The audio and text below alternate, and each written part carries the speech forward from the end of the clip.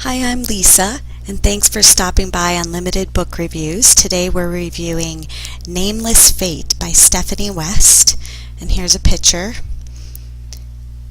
Looks pretty good. Of the front cover. The stats on this book, it's in the genre erotica science fiction, and in that area right now it's currently ranked at number 63. It is in a series, the Fated Mate series, and there are 2 books in the series right now. This is number 1. It's 445 pages long. The main characters in the book are Harper, who is our heroine, and our hero is Nameless, basically no name. It's written in the third person with clear point of view changes between Harper and Nameless identified by headings, so it's very clear. The book description. Harper might get an uncanny gut feeling every now and then, but that didn't mean she believed in portents, and certainly not the kind that got her abducted. As Harper gripped the bars of her cage in the alien prison, it sunk in that she seriously had been kidnapped from Earth to become the fated consort of some alien prince. This wasn't some elaborate prank or government experiment. True to form, Harper pissed off the tyrannical king with her refusal. Now she found herself at the mercy of convicts locked away and forgotten in the bowels of a mountain. Harper's gaze fell on a shadowy beast of a man sitting casually on the run-down catwalk. The imposing man looked like he ruled the prison. He was the color of midnight, and his eyes were that eerie Arctic blue that was nearly colorless. Harper shivered as he regarded her. All Nameless knew was the hold, with its misery and struggle. He never wanted to keep a female. Surviving was hard enough, but that was before the pink pearl dropped into his world. Nameless had never seen anything like the stunning exotic little creature. Not only was she the catalyst for strange dreams and revelations about his past, but she made him feel. He had to have her. Harper wanted free of the alien prison, and she wanted to go home, except Nameless wasn't prepared or willing to let her go, even if she hated him because of it. He owned every part of her and bound her to him in ways that could never be undone, collar or no collar. In her wildest dreams, Harper never imagined the twist destiny could take, or that she would find soul-deep satisfaction with such a nameless fate. Follow Harper and Nameless as they struggle to get free of the hold and seek their revenge on the despot responsible for putting them there. So this is a pretty good book. It has a really good character development, and plot really develops nicely. If I was kind of recapping it, how they grow through the course of it. When an independent bounty hunter is abducted from the doctor's office during a voluntary birthmark study, she learns the alien race responsible believes she fulfills a prophecy with her unique birthmark. She's given to the prince by the king, and when she spurns him and he refuses to rape her, she's tossed into their prison system to change her mind. While there, she meets Nameless, who protects her and works with the other inmates to escape and overthrow the king, and during that process, it basically fulfills his prophecy. So it's very good.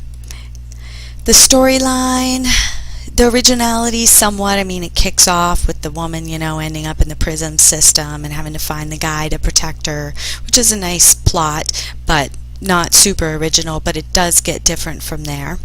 There is lots of good suspense and humor. It does have some funny parts. There is drama and conflict. Obviously, she doesn't want to be his pet, and that tends to be what he almost considers her from the very beginning. There is mystery, yes. It's a brand new world, and there are lots of good fight scenes. The romance between the two of them. They meet about 8% into the book. Sparks start to fly between them around 21% into the book. And then the sex is at about the 24% mark into the book. So real quick. Not insta-love, but insta-sex, basically. And it is quite descriptive, 5 pages on that first encounter. So, other women issues? No. Darkness? No. Kink? Yeah, there is a bit of questionable consent at the beginning. He looks at it like he has to establish his dominance and prove to everybody else that she's his, and she wasn't really going for that right off the hop. Happily ever after? Yes. The writing itself, written by Stephanie West. It's intermediate, I would say, not too simplistic, but written in the third person, so, well developed. Typos, yeah, I did see one around the 65% mark, so there might be a few in there. Inconsistencies, though, in the storyline, not really. Everything flows pretty well, and you aren't left hanging. The books in the Kindle Unlimited, there are 12 books by this author, and 12 are in Kindle Unlimited, which is great, because then if you like this one, you can go right to reading more of hers. Did I like it? Yes, I would definitely call it a good book. Quotes highlighted by the readers. I told you all those years ago that you would give shelter to the imperial jewel and the imperial scepter, born out of the earth, securing a prosperous future for not just the pack, but all of Torvis. 4 people highlighted that. He carved out a place meant only for him in her soul and filled it up with equal measure. Nameless shook her to her very foundations, then fortified her, making her stronger than she was before. He owned her, but in that wondrous possession he set her free. Highlighted by 3 people. So it doesn't have a real lot of reads. 58 reviews, 4.6 out of 5 ratings. Pen name says, I really enjoyed the storyline of this book. Aliens abduct female has been used many times, but the storyline is not like any other. Well-developed characters, love the heroine Harper, strong, intelligent female, love Nameless, he was the main male character who has beaten the odds living life in the hold.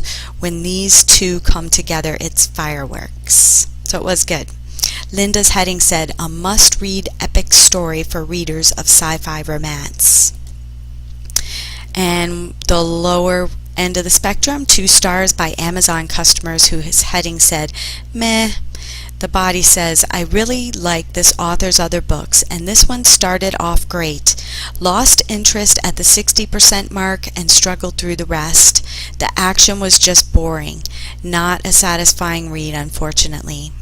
So I'm looking for your opinion. Definitely go check out this book and see what you think, and let me know in the comments below. Thanks for stopping by.